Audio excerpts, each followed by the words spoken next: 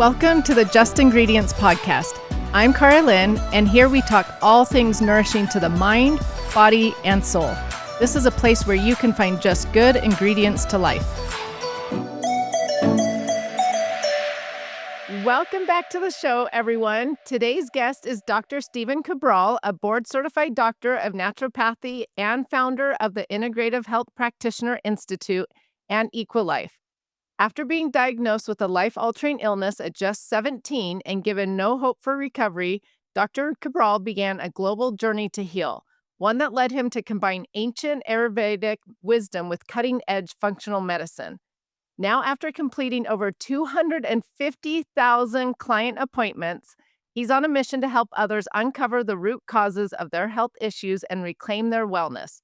Dr. Cabral has been on the show before, where we talked about at-home food sensitivity test. Today, we're going to dive into another powerful at-home lab test. And here's the exciting part. Dr. Cabral is offering the same test to our audience completely free. You'll just need to cover the shipping. This is an incredible opportunity to experience the power of at-home functional medicine testing and take a step towards understanding what your body truly needs to heal. So welcome to the show, Dr. Cabral. I'm really excited to talk about this today. It's so great to be here, and thanks again for having me on. Appreciate it. Yeah, so like I just said, last time we did a food sensitivity test, which was really interesting.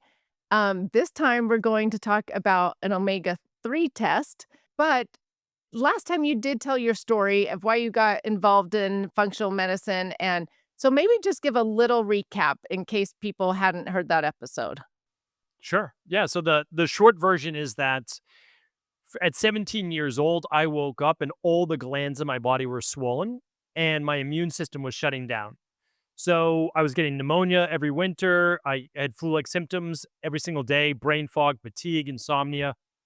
But the doctor, basically the best doctors in Boston, Massachusetts, all brilliant, Harvard, MIT, Tufts University, BU trained, couldn't figure out what was going on with me because my blood work for a regular standard panel didn't look that bad. My white blood cells were very low, but besides that, they figured I didn't have cancer, I didn't have HIV, I didn't have a few other things, so they had no idea what was going on with me.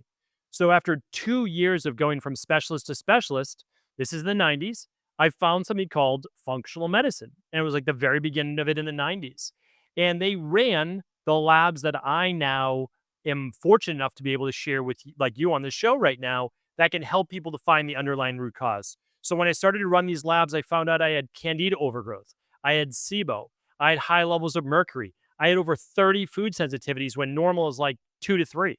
And so all of these things allowed me to put the puzzle pieces together in order to heal. And so once I healed, it took quite a while because we didn't have all this information that we do today. I dedicated my life to now doing exactly what I was helped with, which is sharing not just functional medicine at home lab testing, but truly integrative health, which means that using the best of all forms of medicine. So Ayurvedic medicine, traditional Chinese medicine, Eastern-based philosophy, naturopathy, and so much more. Well, I love the knowledge that you are teaching people. I love that you've dedicated to your life to helping others. It's incredible.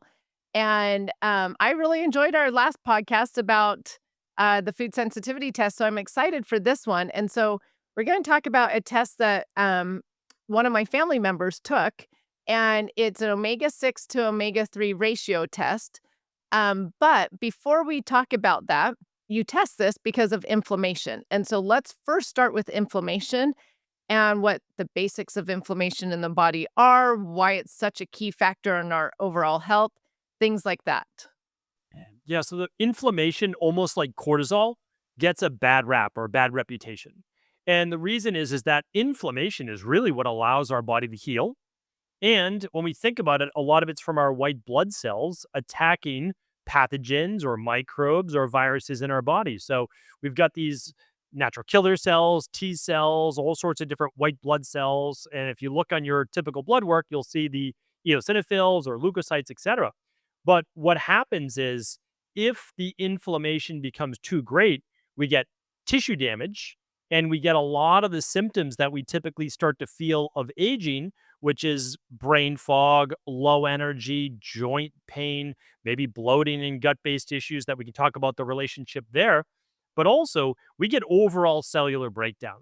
So we begin to age faster when we cannot check inflammation. So if you get injured or you have a virus, inflammation starts the healing process. But if it's chronic, that is when we start to age much, much faster. And we end up with things like autoimmune issues from imbalanced inflammation. Well, and inflammation can also be a root cause to many health issues out there, such as anxiety, depression, migraines, chronic fatigue, things like that, correct?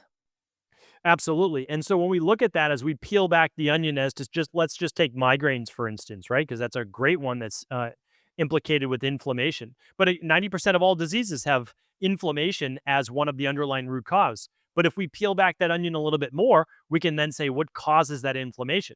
And so if it's migraines, we might say, oh, it's a food sensitivity trigger, or it is stress based and oxidative stress, or it might be even more specific, it might be histamine based.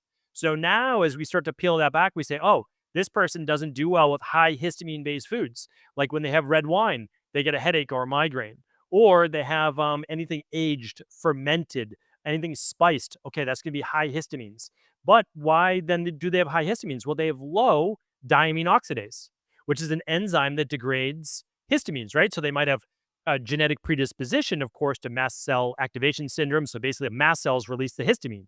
And then we might say, okay, well, why not enough DAO to break down the histamines? Because we go another step further root cause. And we'd say, oh, there's gut based issues. They've got massive intestinal permeability, so leaky gut, where proteins and pathogens are coming into their bloodstream, which are setting off these cytokines and histamines. Or they might have really poor gut dysbiosis, which is an imbalance of bad bacteria essentially to good bacteria. So if we fix that true underlying root cause, we then fix the histamines, the white blood cell issues, the mast cells, and now they don't get the migraines. So as they don't get the inflammation, and then so they don't get the migraine. So as we start to trace things back, we can share with people there's always an underlying root cause. Then that's the truth for everything out there. It's just finding the doctor who will do the testing to find those underlying root causes. Well, and truthfully, that took me 9 years, and that was unfortunate. Now, this is before the internet, so all I had were books, and you can only read so fast, right? And you can only try to contact so many people.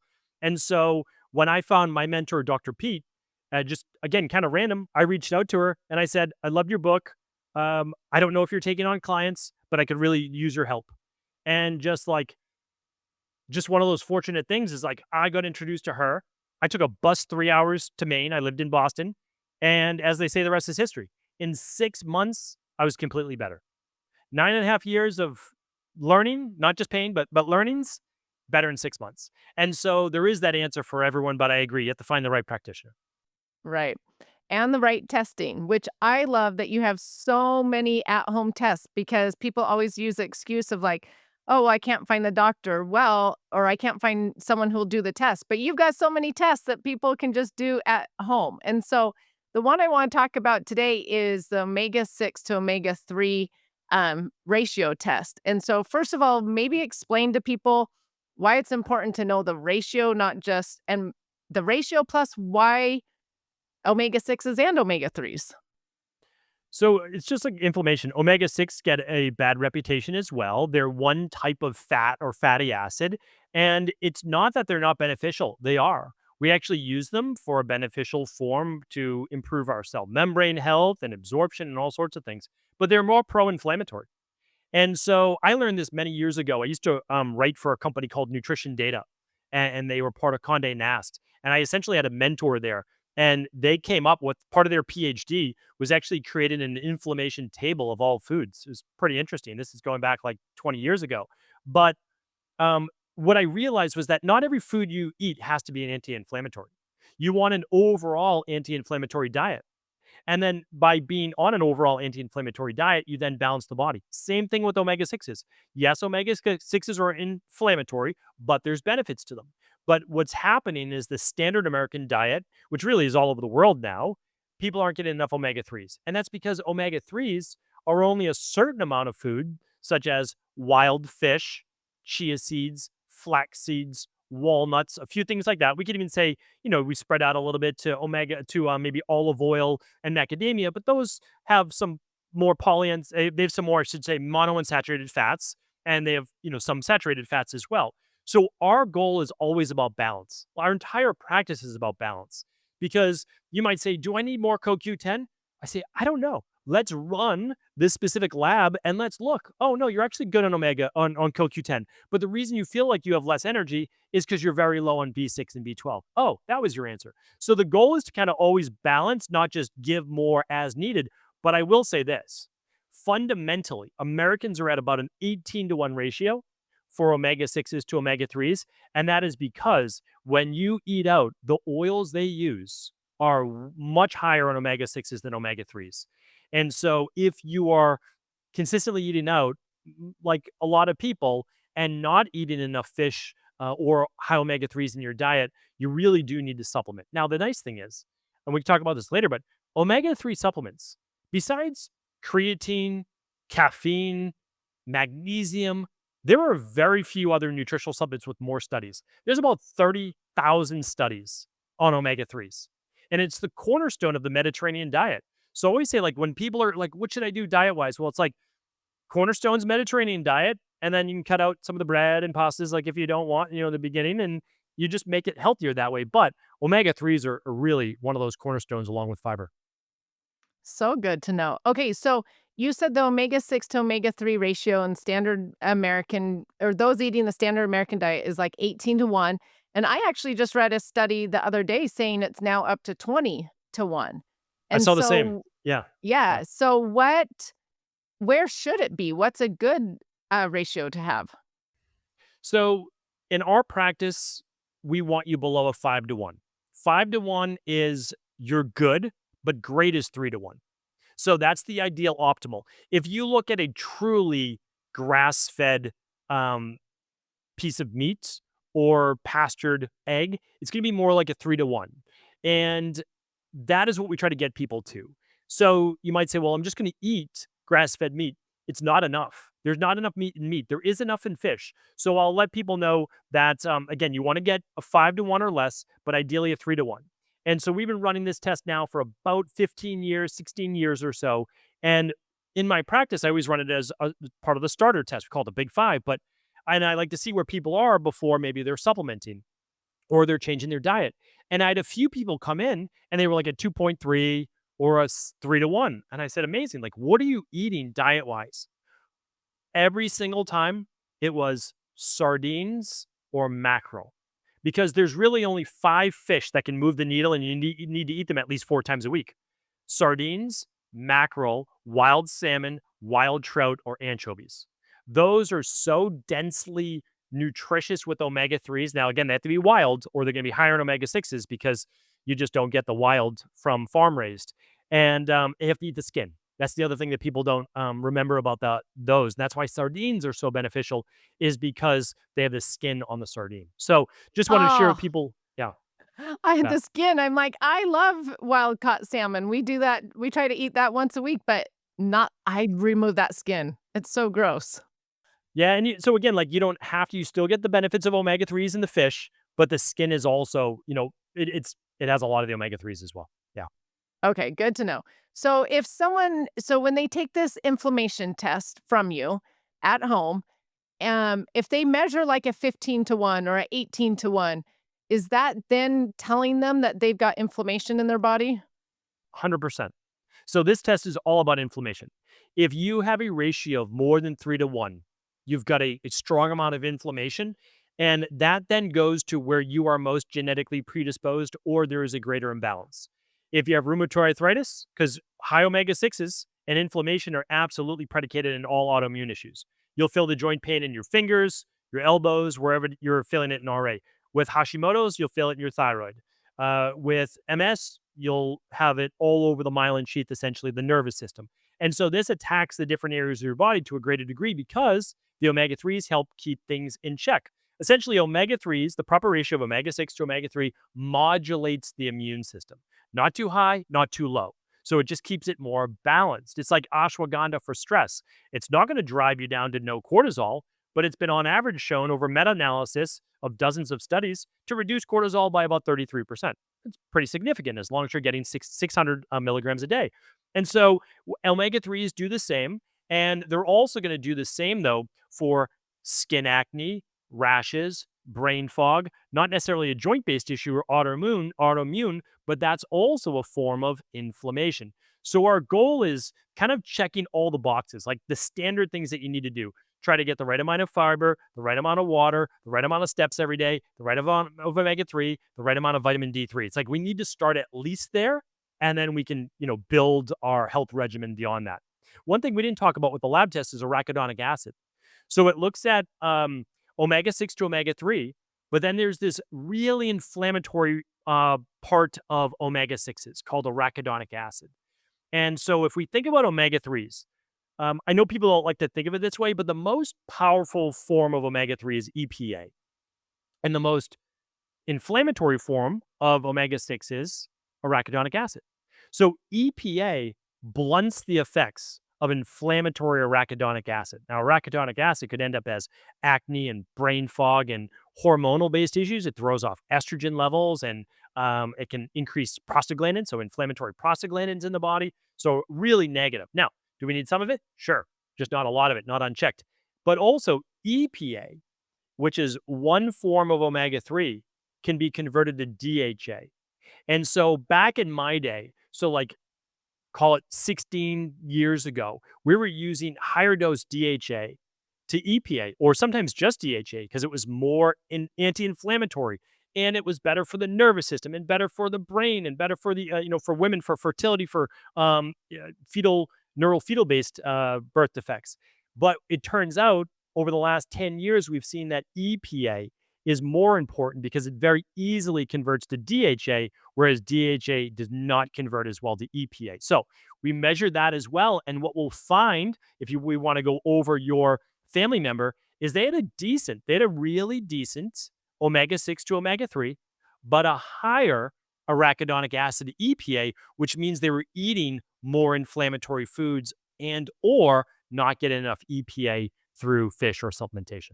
All right, so when we're reviewing the inflammation test, which again is looking at your omega 6s to omega 3s, your family member came up as a 5.3 to 1 ratio of omega 6s to omega 3s. So we said 5 to 1, that's great. It's a good number, but in our practice, the ideal is 3 to 1. Now, I'll also say this. If they're just eating fish maybe once or twice a week, they're eating a healthy overall Mediterranean style diet, we've seen most people in our practice be about a 6.5 to 1, which is not bad. I mean, again, standard American diet, 18 to 1, 20 to 1. So that's not ideal, but you're not that far away. Now, the other number, though, so not 5.3 for omega 6 to omega 3s, but their arachidonic acid to EPA is a 7.3. So the way that we see this in our practice is that most people, they're not overdoing arachidonic acid, not on a Mediterranean diet, not eating fish a couple times a week. They're doing really well overall. They're not eating maybe overconsumption of red meat, especially non-grass fed. They're not overdoing, roasted nuts or oxidized oil where they're going to get a lot more of that arachidonic acid. What it seems to be is a lower amount of EPA. Because let's say that you were taking even chia or flax or algae based. All of those are healthy. It's not saying that they're not healthy, even walnuts. The problem is that they also have a fair amount of omega 6s in them as well, like walnuts. Walnuts can be very healthy, but there's omega 6s for sure. So what it doesn't trickle down to is more EPA. The conversion's about 6 to 14%. So flax is a little higher at 14%, and chia seeds are more around 6%. Those are healthy foods, good fiber. They can help with hormone balance, a lot of different things, but we don't get them necessarily as a strong source of EPA. So in these cases, it's usually lower EPA than it is too high of arachidonic acid. Either way, what we try to do is just provide people with a simple food plan. It's like, these are your high arachidonic acid foods. These are your high omega-3 foods. You can still eat some of these, no doubt about it, but make sure you're getting more of these, more than 2/3 of the time, and these 1/3 of the time. And then what we found is this, and this is something that we can literally guarantee now that we've run 10,000 plus of these. And I know you have a great omega-3 product as well, is we say 2 grams a day. So if someone weighs less than 180 pounds and they don't eat meat more than once to twice a day and call it about 10, 12 ounces a day, they do fine with a 2 grams a day of omega 3s. We've literally tested this all the way through. And it should be a 2-to-1 ratio of EPA to DHA. It can be greater, it could be a 2.5% ratio. And I know your product is also higher EPA to DHA. That is the best research right now. And that is because we tested all the way through EPA DHA on a more advanced lab, and it converts really well. And so it's a simple fix. Honestly, like this is one of the easiest, best fixes. And here's the data behind it. If you can get your ratio, if you can get your ratio to a 3-to-1, that includes arachidonic acid as well. I didn't mention that, but both omega 6 to omega 3 and arachidonic acid, AA to EPA, should both be a 3-to-1. If you can do that, you're most likely going to have what is called an omega 3 saturation rate or omega 3 index of more than 9%. That cuts down your risk for sudden cardiac death, a heart attack, by more than 90%. It's one of the single best numbers that I've ever seen. It's right up there with doing a sauna, 4 to 5 times a week, reducing all-cause mortality by over 40%. It's remarkable. And a sauna reduces cardiovascular disease by 63%, just 19 minutes, 4 to 5 times a week. And that was a very large Finnish, study. So these are, I always like to say, there's only so many things that you can do in your life. You need to choose the half dozen that you can focus on.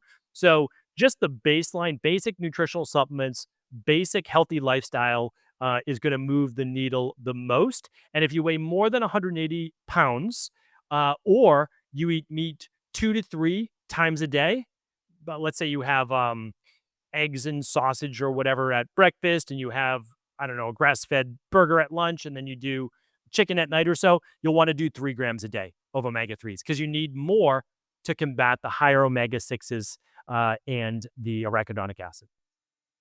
So interesting. So I'm sitting here thinking, because I know whose test this is. I'm thinking, okay, this person eats fish like once or twice a week, Mhm. eats fruits and veggies, eats chia seeds, eats, flaxseed, things like that. And so I'm a big proponent of getting your nutrients from your food, Yes. but and only supplementing obviously as a supplement. But I'm thinking in this case, like almost everybody needs to supplement in omega 3s then, because I don't think most people are getting fish 2 times a week and eating a lot of those rich omega 3 foods like you talked about. Well, and that's why we give people the option because I'm a huge advocate of that as well. So I obviously believe in nutritional supplements. I wouldn't be here, if I didn't have those, especially for people with poor digestion. I mean, it's very difficult for you to extract the nutrients that you need. So at least in the beginning. But what I would say is this: is that we always give people the option. So you can have fish 4 times a week to 5 times a week. They can be those 5 fish that we just named. It's not that you can't eat cod. Like, you can eat cod. It's just not gonna have the same level of omega 3s. And if you do that, then you just retest. So, like, let's say your family member they said, "I wanna do food only." So I respect that. Great. Okay, so here's what we're gonna do. You're gonna have sardines, anchovies, mackerel, wild salmon, or wild trout 5 times a week. And then you're gonna go about your regular diet as you always have. Don't add more omega 6s, just have your regular diet. Then after 6 to 8 weeks, we're gonna retest. And if you're at a 3-to-1, yeah, you don't need any nutritional supplements, or you're at a 4.5. Okay. Instead of doing 2 grams a day, you do 1 gram a day. And so you can always just make it work with your diet. Here's the thing though, I eat fish probably 3 times a week, maybe four. I still take 2 grams a day. And the reason is that I like rhythms and routines. I don't want to, I'm like, did I eat fish today? Did I not eat fish today? Should I take my fish? No, it's like every day try to do the same exact thing with supplements because I don't want to have to think that much about them. And I do always what I call lowest possible dose for the greatest possible outcome.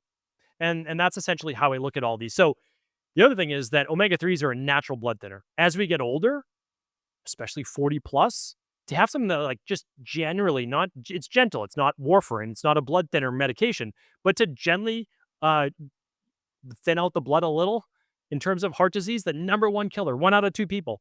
That's something I also want as well. So I want to hedge my bets. Wow, that's good to know. Okay, so for those listening out there, if you're not eating that type of fish 5 times a week, most likely you need an omega 3 supplement. And you've talked so much about omega-3s and how they help with inflammation, but there's so many things that omega-3s also do with brain health and hormones and all those factors as well. Absolutely. I mean, if we look at the top 5 causes of mortality, so the top 5 reasons why people die, average age 74 to 77 years old, we say, okay, well, what are those? Heart disease, high blood pressure and stroke, type 2 diabetes, cancer, and Alzheimer's. All right, when we look at omega 3s, they help every single one of those. They improve glycemic control, they improve the cell membrane receptors, they improve inflammation in the brain. So there's less beta amyloid plaque that begins to form. They help balance cortisol to a greater degree. They improve your estrogen to progesterone ratio. If your estrogen is more balanced and your cortisol isn't as high, then your thyroid automatically becomes more optimized. So how I look at it is that this is something that the human body needs. Like, so there are some things and some again, so what I'm saying also as well is everybody should test because you don't know if you need a nutritional supplement or not. I don't think that there's a lot of downside to 2 grams a day, having run 2,000 of the, I mean, having run 10,000 plus of these labs. But what I'm saying is if you can run the lab test and then it tells you yes or no based on diet or is your supplement working right now, that's another thing, the test as well. But the other part of it is this is that you get to then truly understand your body at a deep level and then never have questions. You don't second guess, am I getting enough for my brain? Am I getting enough for my body? Could this be an underlying root cause for some of my hormone imbalances or skin issues? And the answer is yes, it's not the only thing, but this is absolutely a top 10. Like your omega 6 to omega 3 ratio is definitely a top 10 health concern that could lead to any one of those causes of mortality. Yeah, that's incredible. You're almost making the omega-3 sound like a magic pill. The Well, the magic that's what pill. I yeah, and that's what I hate to do, but it's like when you look at magnesium and you look at vitamin D and you look at omega 3s, they look like magic pills. And the reason is the body relies so heavily on them, right? So it's like if you have low vitamin D3, your chances of all cause mortality shoot up, and same with chronic autoimmune issues. And you could say the same about magnesium and more nervous system based issues. So if you can't sleep, you have stress, you have PMS based issues, perimenopausal based issues, um, anything neurological stress based, and you're not taking magnesium, again, you want to look at your ratios, of course, but yeah, it's going to be a game changer. And omega 3s helps actually with both of those. So omega 3s, since all of those are predicated, we said with inflammation, anything from PMS to um, anxiety, because the neurotransmitters, right? So if you have more anxiety, what do you have less of? You have less serotonin and you have less GABA. So you have less of the inhibitory neurotransmitters that help calm. It's like a deep breath. It helps calm your nervous system. And most likely with that inflammation, you have more norepinephrine and dopamine. Good. Those are nice in the short term, but you keep those running strong all day long. You can't turn the mind off at night. You can't sleep. It throws off your cycle if you're a female. It lowers your testosterone if you're a male. And chronically, well, that's how rapid aging takes place. Well, you're naming I mean, so many males are low in testosterone, so many people have a hard time sleeping, and, I mean, so many people are dealing with hormonal issues and PMS and things like that, so, yeah, you're making, magnesium, vitamin D, and omega-3 sound amazing. So let's actually talk about vitamin D, though, because vitamin D does play a role in reducing inflammation as well. And so how why is that, and why are so many people deficient in it?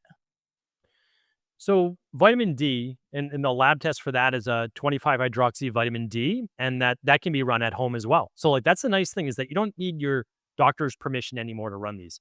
I remember back in the day asking my doctor to run something like my vitamin D was as if I was asking for me to be added to like their family estate or will. Like it was the craziest thing. I'm like, how is this big a deal? I'm paying for it. I will literally pay for it if it's not covered by insurance. I just want to know my vitamin D levels. And so that's another thing that infuriated me. I'm like, listen, if we can ever get labs to people, that's what we're going to do because we can do it in our practice, but we never knew how can we ship them all over the world. Like that was a different story because people shouldn't have to ask.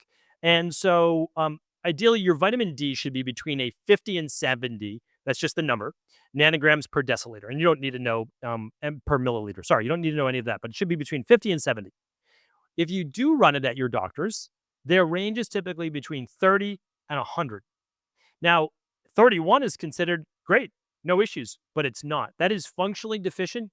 And yes, you won't get rickets or maybe bone based disease at that lower level, but I would argue your chances of osteoporosis are going to skyrocket for sure. And so 50 to 70 doesn't overly push your immune system. If you're dealing with cancer right now and you're working with a practitioner and they want your levels closer to 100, I can understand that, because they want to move your immune system to be more on guard. But again, you then have to watch out for too much calcium in your bloodstream. So there's a balance to everything. So balance would be 50 to 70. And then what happens is it again begins to modulate your immune system. So your white blood cells aren't too low. It brings them up to a healthy level. And along with vitamin C and zinc, and we might name maybe glutathione, it helps with the overall immune system and oxidative stress. That means basically wear and tear in the body as we age. And so yes, vitamin D3 is absolutely one of those nutrients that are up there with omega 3s that most people need because they're not getting enough sun, or it's impossible to get it through food. It's literally you can get a 500, to 1,000 IUs a day, but it's really hard to get 4 to 5,000 IUs a day, which is 100 to 125 micrograms. Let's take a quick break to hear from our show sponsor. I want to tell you about one of my favorite baby food brands, Cerebelly. Cerebelly was created by a PhD neurosurgeon and mom, and it's the only baby food that delivers 16 essential brain supporting nutrients tailored to your child's specific stage of development. What else makes Cerebelly stand out? Their formulas are meticulously sourced, 100% organic, and vegetable first, with no added sugar. They go above and beyond by testing for heavy metals and harmful toxins every step of the way. Plus, they're non GMO, preservative free, and made with real clean foods, nothing artificial. Just nutrition you can trust for your baby's brain and body.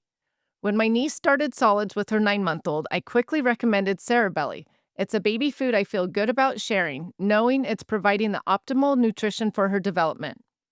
Whether you're just starting solids or looking for easy, nutrient-dense pouches or bars on the go, Cerebelly has you covered. You can find them at Whole Foods, Target, Walmart, or online at cerebelly.com. Use code JUSTINGREDIENTS for 20% off your first order, plus an additional 15% off when you subscribe and save, for a total of almost 35% off. Now back to the show. I get these followers that will DM quite often saying, like, I take vitamin D on a daily basis, but I'm still low. So are they taking a crappy vitamin D supplement? They're not able to absorb it? What's going on? Yeah, and they could be. Honestly, there's a lot of products on Amazon that are horrible. Like they shouldn't be allowed to be sold. And Amazon is luckily they're trying to make people submit third-party testing, but they could fake it if they wanted to. And vitamin D3, when you get it, it's literally a capsule that is either a gelatin capsule or it's a clear capsule that has white powder in it. And it's very easy to fake. So that could be the reason. So if you're ever low, switch your vitamin D3. That could just be your first one. Or very often, you actually have an absorption issue. So there is a fat absorption, there is a gut issue. You might not be taking it with fat in your diet, or you might have a lot of inflammation in your gut and you're not properly absorbing it, or you've got a lot of detox factors that are off because vitamin D, although you take it, it needs to still be converted in your liver for the most part. Not just your liver, but that's a big part of this. And so if there's ever any liver based issues, then you might not be converting. The other part of it is that vitamin D3 works with cofactors that also help it. Magnesium is a big one of those.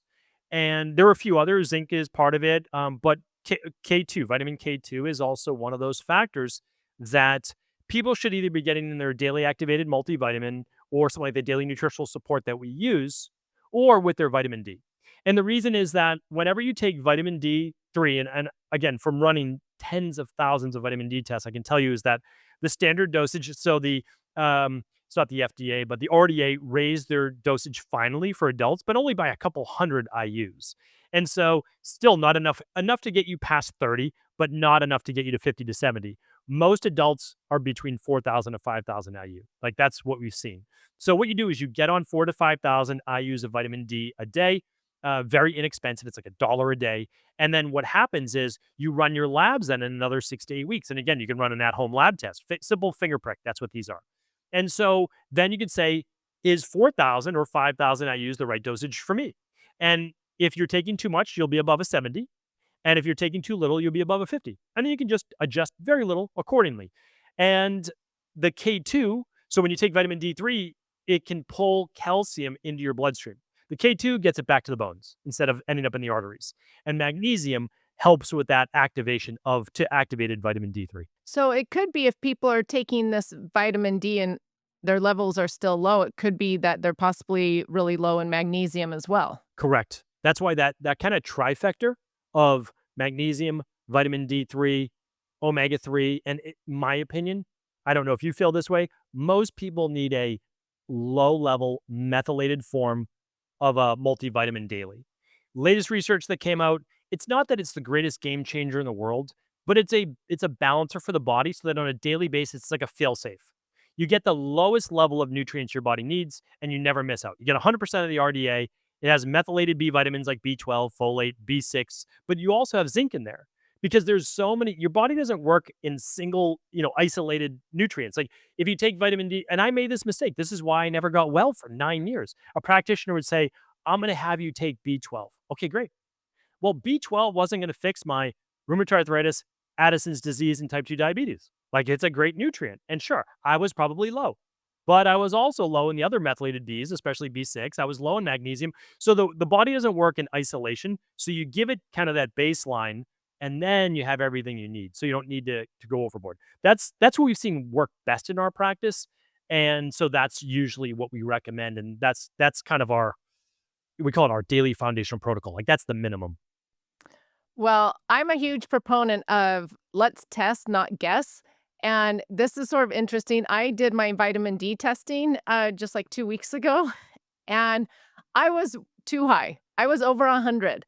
And so I was like, oh, well, okay, we make a vitamin D. I think it's very absorbable, and I think it is very absorbable. And I needed to calm down with taking some of my vitamin D that we make. So um, I think it's really important. So, on your vitamin D test, is it just like your omega test? Because let's explain to them that the omega test was my family member pricked their thumb or their finger with the little pricker and then got the blood onto the little circles. And we just mailed in the circles to you or to the lab, I mean.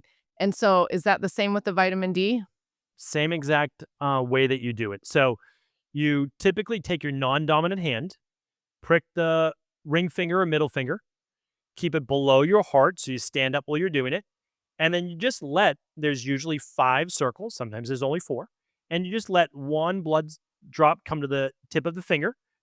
You just let the blood drop touch the card when it drops off, not the finger, so it doesn't clot. And you just do that 4 times. And that's it. That's the whole test. So I've been running this with my daughters since they were essentially 4 and 5 years old. Like we just do it once a year. Whole family does our labs. And now they're old enough, they're 10 and 12, where I can actually say, oh, see, look at your vitamin D, look at your food sensitivities. And then I'm not the good guy, bad guy, whatever it might be. I'm saying, here's your numbers. And it's great to start to teach kids because I never had this when I was little. So we don't make like foods into good or bad. We actually just explain like this is a reaction that sometimes happens. This is why sometimes you might get a stuffy nose the day after foods that you're sensitive to, or this might, make you a little bit more angry. I work with a lot of children in our practice and they have, what's labeled executive functioning disorder, ADHD, ADD, and their omega 6s are extremely high. And their copper levels can be really high above their zinc. So there are, just like you said, you don't guess, you test, your body will tell you what it needs. And so that's the great thing about the at-home lab testing. Yeah, as you said, you test your kids. I'm like, oh my gosh, I need to do this omega 3 or omega 6 to omega 3 one with my kids because you're mentioning it could be PMS, anxiety, acne, all different things like that. And I'm like, I need to know where their levels are. I mean, you try to feed them healthy, right? But are we hanging around a 6 or a 5 and just need a little bit more supplements? Or are they all the way at a 18, 19, 20? Who knows? That's And right. so Exactly.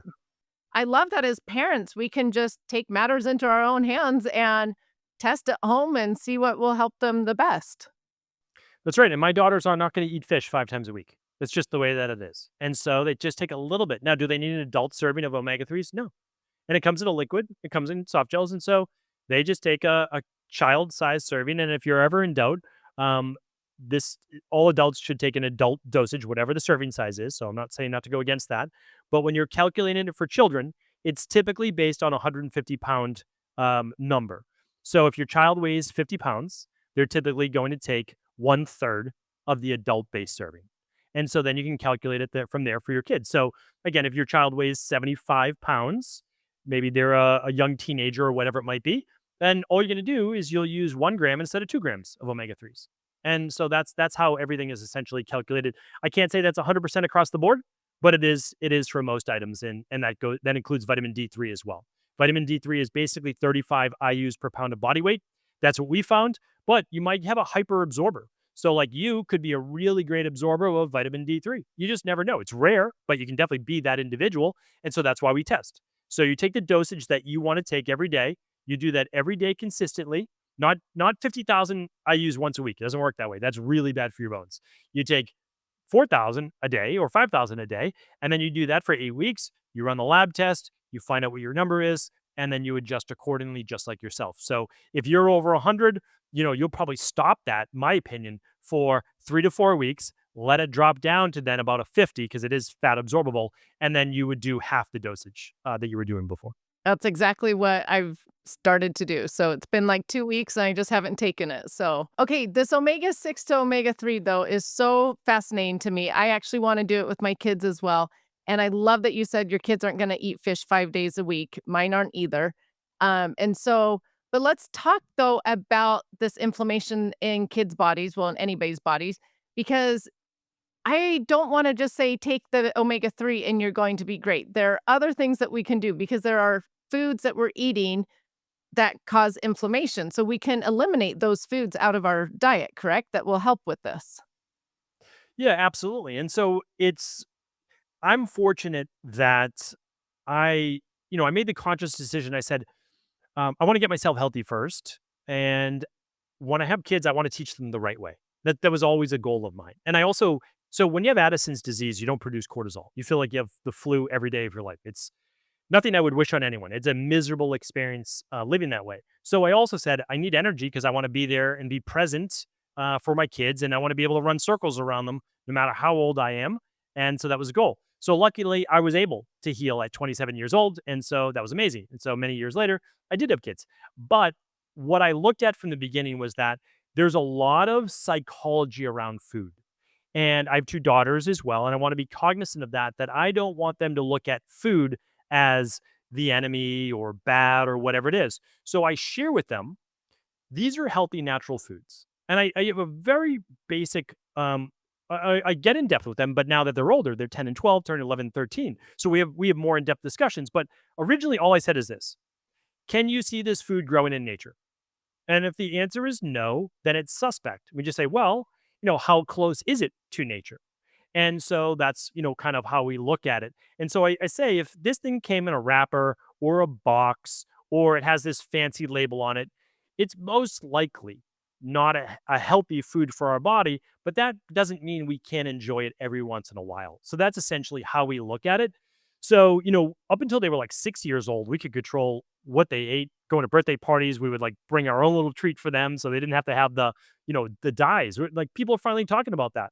But nobody was talking about the red dyes and blues and yellow lakes and all that, many years ago. So we just refused to just kind of give that to our kids, especially since our youngest daughter, this is where genetics come in. Our youngest daughter reacts wildly to specific flavors and to dyes. And she turns into a different child. She is the kindest, sweetest girl you can meet. You give her some of these colored sprinkles, loses her mind. We don't even know who she is. And that's a real thing. Hasn't just happened once. This happened many times. So we teach them overall health. We teach them, yeah, we're all going to enjoy our favorite foods every once in a while. There are certain foods that are off limits, like colors. And then we're going to take just a small amount of nutritional supplements to fill in the gaps. And since adults are kind of like big kids, I say the same thing to adults. I love that. Well, with inflammation, though, I love that you brought up the example of your daughter and dyes because my daughter, if she has gluten, same, she's as sweet as can be, but if she has gluten, she starts melting down and is moody and angry and so that is because it's causing an inflammation reaction in her body. correct? That's right. Yeah. So essentially, it inflames the gut and the enteric nervous system. The gut brain axis is a real thing. Your gut is connected to your brain. It's sending signals and inducing neurotransmitter output like glutamate, not just MSGs, but other things can create a glutamic acid or glutamate in the body. And then that turns the brain into a different human. Anxiety, tantrums, rage, all of those things can come from food sensitivities. And some of those can be dairy, believe it or not, casein. And another very common one is gluten. So this is a real thing. And you don't have to have celiac disease in order to have a reaction like that to gluten. And you have a food sensitivity test that people could do at home to figure this out. Yeah, it's that's the if you look at what's the most popular lab test in the world at an at-home lab test, it's a food sensitivity, believe it or not. It's the thing that people are most interested in, and and I think it's amazing so that people can test that. But the other ones that go deeper, like the inflammation, it's more. I don't know if I'm just because I'm a practitioner that I like seeing it, but it's a huge needle mover. Like they're all important. Like vitamin D3 is important. It's hard to say which one's more important, but as we get older, looking at our D3 levels and our inflammation is just so crucial to know. Okay, and one last thing though about diet, sugar. I mean, people in America are getting way too much sugar. I mean, the American Heart Association recommends 25 grams or less, right? And the average is getting over 70 grams. So the sugar obviously is playing a role in people's inflammation as well. It is, but what's worse is that they're not always getting the sugar by itself. They're getting it mixed with hydrogenated oils. And that's really why there's this rampant type 2 diabetes, high blood pressure, and more. So sugar is not good. Processed sugar is certainly bad. The problem is these things get mixed together. All the baked goods that people eat, all of the, bottled, like the beverages is really such a big thing. If people could just drink water or herbal tea or, some coffee, some decaf coffee, some green tea, all of that's fine. If they could just cut out all of the beverages, people would be so much healthier. Because then it's like if you're eating Twizzlers, you shouldn't be eating Twizzlers, right? Like that's not a good thing. But as we're moving people down, cutting out the liquids is how you just mass consume sugar. That's the worst part because it's so easy to get it down. And that includes fruit juice. A little bit of fresh squeezed orange juice if you wanted to, whatever, fine, but unnecessary. I'd rather have someone eat the fruit with the whole package, with the fiber, with more of the polyphenols. It's a much better way to go. And then have a little bit of water. Fruit's also extremely hydrating. You don't need the 10 glasses, 12 glasses of water a day if you're having, a couple cups of fruit a day. You still want to, but like fruit's about 90% water. And so you're getting a lot of hydration and electrolytes that way as well. So I don't want people to be worried about fruit. Maybe if they're overdoing exotic fruit, but your berries and strawberries and cherries and all that, they're going to be great. But I agree. Cut out the beverages, cut out the sugar, and watch for those oils as well. All the hydrogenated oils, anything that comes in a box or bag, it's suspect. Right. All of that contributing to the inflammation. So you've touched upon this a little bit, but I actually want to talk a little bit more about inflammation and its health issues that it's causing in people because you just quickly touched heart disease, diabetes, hormones, things like that. But I have a lot of listeners that are dealing with hormone issues. And so, how does chronic inflammation have an effect on hormone balance? Yeah, so let's keep this very specific. Yeah, then about women and about 70% of our practice is women and many between the ages of 35 and 60 years old or so. So we work with a lot of women in perimenopause and menopause. And what you'll find is that the body, especially hormones, are a lot more sensitive to inflammation at that point. And the reason is that progesterone levels are beginning to decline. And we could talk about that even before perimenopause, but estrogen levels are more erratic. And estrogen levels are more affected by overall inflammation because they're also more affected by oxidative stress and overall stress like cortisol. So if cortisol levels begin to rise and we increase overall, so cortisol acts as an anti-inflammatory, believe it or not, in the short term, and then a chronic inflammatory agent as it's breaking down muscle tissue or tissue in general in the long term. And as that happens, we start to get what's called more estrogen dominance. Now, estrogen levels may remain totally normal. And we see that. That's another lab test called the stress mood and metabolism test that people can do at home. Saliva with a finger prick as well. What does that show you? Hormone levels, cortisol levels, thyroid levels, vitamin D. So it's a pretty powerful lab test. We should talk about that hopefully maybe one day. It's a powerful, powerful lab. But here's the thing. Estrogen oftentimes look normal, but progesterone levels are low.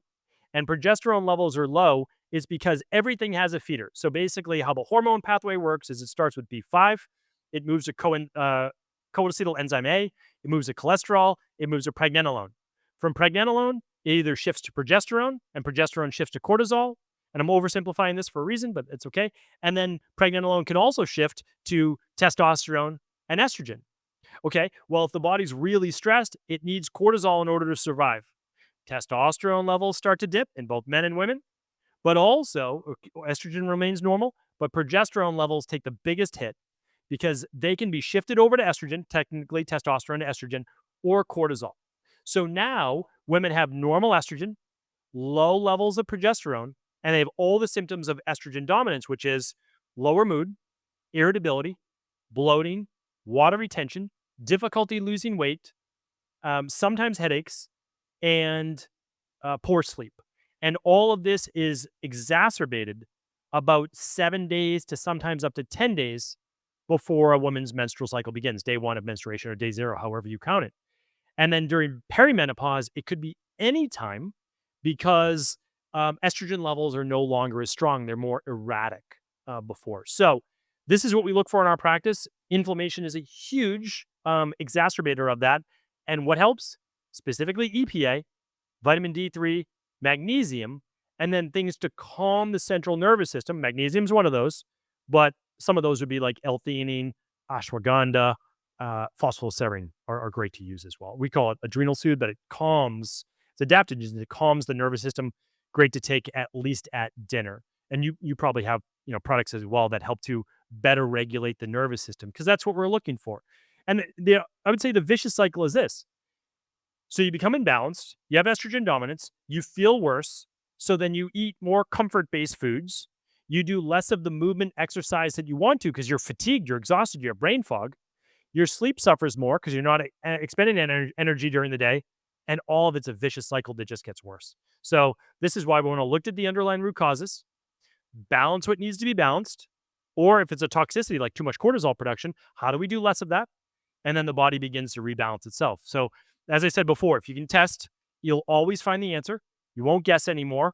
And then you'll adapt it to you, the N of one, which is you. Okay, so I have a question then. So let's talk about stress because so many Americans deal with too high of stress.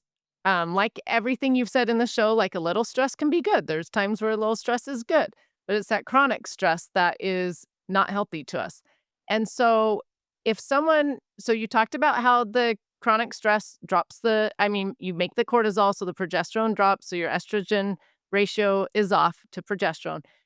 But will it also affect your omega-6 to omega-3 ratio, that stress? No, but the omega-6 to omega-3 ratio will affect your stress levels. So stress won't affect your O6 to O3, but O6 to O3 will either improve or worsen the inflammation caused by cortisol, chronic cortisol. Oh, interesting. Yeah. Okay, so then let's talk about blood glucose levels and inflammation with hormones because that's a trendy topic on social media right now is keeping blood glucose levels more balanced because when it's that constant up and down spikes, is that contributing to people's inflammation then? Well, to a degree, it's anything that the problem is the problem with our Western-based, culture, and I used to do this myself, is that if something theoretically is true, then we go overboard on it. So, like, now people are wearing a CGM and they say, "I'm never going to allow my blood sugar to get above 100." Okay, it's like, well, why? Like, is it really better than 3 meals a day at going up to 130 and then coming back down into the 80s? No, it's not better. I mean, there's good research that shows that it's not dysregulated blood sugar. It's a normal reaction of your pancreas releasing insulin after a meal in order to bring it back blood sugar levels to balance. And by actually telling your body that you had food, you had some carbs, what does that do? Reduces cortisol levels. What else does it do? It improves leptin and ghrelin levels. It actually keeps you satiated. So we don't want to overdo this. I agree. You want balanced blood sugar, but in my opinion, most people don't need to eat more than 3 times a day anyways. If they're doing intermittent fasting, for most people, 12 hours to 16-hour intermittent fast. I don't recommend, from again, just for me, what I've seen in my practice, I don't recommend skipping breakfast and going to lunch. You can push back maybe breakfast a little bit, but what I've seen, the best results come with stopping eating earlier at night, and that without a doubt, like I've seen sleep levels improve, fasting glucose levels improve in the morning. Because if you don't eat in the morning and you start your day and you're stressed, well, your body's going to find fuel elsewhere. And so, yes, balance blood sugar levels, because if your glucose is up and down, you do create not only more inflammation in the body, more aging as well. So you'll get more like dark spots on your skin, more wrinkles, a breakdown in collagen, which leads to less elasticity in the skin. So it damages the DNA. And if the DNA is damaged, we get these things called senescent cells, which are also called zombie cells. Basically, cells that don't go through apoptosis where they break down and get removed by the body. They're not cancer cells. They're not necessarily harmful, but they hang out. What do they do? Create inflammation. And the inflammation then does what? Well, it weakens your collagen matrix, which then leads to more wrinkles. Okay, so as we wrap up here and people are listening about inflammation, let's just talk really quick about all of the different signs that or conditions that people might feel that are due to inflammation because I personally think everybody should take this omega-6 to omega-3 ratio test to see what their inflammation levels are. But if people are feeling like fatigue, can't sleep, digestive issues, moodiness, PMS, acne, like you said, they should do this test. But what other symptoms are there? Yeah, so the ones you just named are absolutely a part of this. But also, if you're diagnosed with a disease, high cholesterol, high blood pressure, high blood sugar, or you have short term memory loss, neurological based dysfunction, absolutely run it. If you have migraines, if you have unexplained skin rashes like eczema, psoriasis, even adult based acne, you should run it. And then for kids, it's a lot of the ones that we talked about, meaning like sometimes your child is just not your child, or they are acting out more. They have more colds than they should, more than kids get colds. They get 5 to 6 colds a year, like when they're young. And that's their immune system actually getting used to the outside world, being exposed to other things. It's actually priming their immune system for the future. It's not necessarily a bad thing. But if your child is, a stuffy nose all the time and they're not sleeping well and they're having bad dreams, all of these can be associated with inflammation as well. So I always tell people you should run this omega-6 to omega-3 test at least twice in your life. We run it annually. It's just as part of our client labs, but you want to run it first to see where you're at baseline wise. Your family member, 5.3 and like a 7.4. I think we said their lab was. Okay, great. So that's where you are. Now, what are you going to change? You're going to add more fish, or are you going to add an omega-3 supplement? Or both. You might add a little bit of omega-3s and a little bit of fish, but it has to be consistent. Like, this is what you need to do every week of your life. Like, that's how this works. And so once you do that, then retest it in about 6 to 8 weeks. 6 weeks minimum, ideally 8. And then if you're dialed in at a 3 to 1, or maybe even a little bit better, then as long as I stick roughly with this meal plan and or supplementation, I'm always going to be good, because that's how your body reacts. Now, again, I still recommend it annually because people's diets do change. Their exercise changes, their oxidative stress changes. Like, all of these things can change, or their needs change. They might have found out that they have elevated LDL, oxidized cholesterol, ApoB levels, et cetera. And they say, okay, I want to add a little bit more, or I want to add this plus fish. And that's a great way to look at it too. So yes, it was a game changer for me to run these labs. And again, that's why I want to share it with others and just get them this lab. And it's obviously, for your listeners, it's a pretty good deal to run their first functional medicine test. Yeah, that is incredible for it to be free. And I just wanted to plug because I talk a lot about mental health, but if you know someone dealing with depression or anxiety, for sure do this test. Tell them about this test because inflammation was a huge factor of mine when I was dealing with all those depression issues. And I have a family relative who their child was dealing with ADHD really bad. And so they figured out that inflammation was a huge cause of the ADHD. And he's like a whole different student in class now because they've lowered down that inflammation. So if you've got a child, right, can't ADHD be inflammation be the root cause of ADHD? Life changing for so many families because it's not just the child, it's the parents and everyone around as well that are trying to help this child who doesn't want to necessarily act this way, but they can't help themselves. We have seen magnesium, zinc, and omega 3s be life changing for children. So, does it mean every child needs it? No, not necessarily. I mean, my daughters get a little bit of what they need based on their labs. Again, they're child based dosages, but yeah, for kids in need acting like that, there's an imbalance. If I wish I knew that back when I was a kid, I would have been labeled with ADHD for sure. Yeah, but they just didn't, they didn't have the medications. They didn't even have the necessarily the diagnosis. So this is important for children as it is for adults. The reason why it's more important necessarily for adults is because it can be life saving. If you can reduce your chance for sudden cardiac death by 90% by just getting your levels up on your omega 3 index and your omega 3 levels down for a 3-to-1 ratio, it's very easy to do. And it's one of those things that you can point to like, oh, this actually makes a difference in someone's life. Well, okay, so we've talked about kids, we've talked about girls and their hormones, but one last thing, this is also really important for aging people as well because inflammation plays a huge role though in like dementia and Alzheimer's and things like that, correct? That's right. Without a doubt. So when you look at the studies for Alzheimer's and dementia, and Alzheimer's is just a clinical diagnosis of an advanced form of dementia. People always like, well, what's the difference? It's like Alzheimer's is dementia. Dementia isn't necessarily Alzheimer's, so it's like just a stronger pattern of symptoms that creates Alzheimer's. But we know there's about 25 different factors. So that's why Alzheimer's will never be fixed by doing one thing, right? So, but what do all those lead to?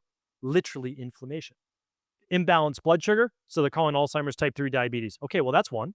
But also, it doesn't have to be imbalanced blood sugar. It can also be from elevated levels of cortisol and stress and oxidative stress, which does what? Creates inflammation in the brain. So it's all of these things matter. And that's why you're right. I mean, you're right to bring up the depression and the anxiety and many other emotional based issues as well. Uh, Omega 3s are game changers in these clinical studies. Again, about 30,000 clinical studies. And they also are now studying these, and they've already done well over 1,000 studies on Alzheimer's and omega 3s. And I always tell people, you don't have to take my word for it. You can literally just type it into Google and you can just say omega 3 benefits in Alzheimer's. And you can just look at Google Scholar or whatever you want, PubMed, and you'll be able to see the different clinical studies. And you'll notice that most of the studies are done between 2 and 4 grams per day.